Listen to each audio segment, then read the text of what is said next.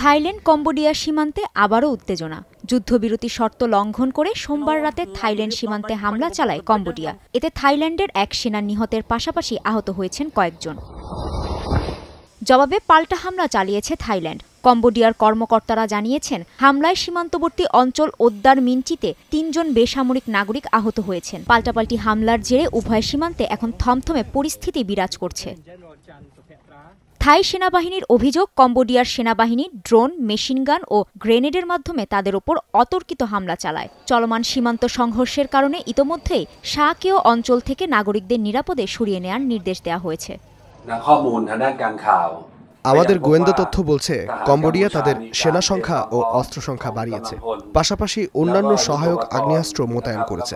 থাই এয়ারফোর্সের বিমান হামলা সম্পর্কে বলতে চাই যে এটি কেবল কম্বোডিয়ার অস্ত্রাগারের উপর লক্ষ্যভিত্তিক হামলা। এই হামলার ক্ষতি আমরা সীমিত রাখতে সক্ষম হয়েছি, যাতে কম্বোডিয়ার পক্ষ থেকে আরও উত্তেজনা সৃষ্টি না হয়। তবে কম্বোডিয়ার দাবি, থাইল্যান্ডের সেনাবাহিনী প্রথম গুলি চালায়, তারা কোনো ধরনের পাল্টা হামলাও চালায়নি।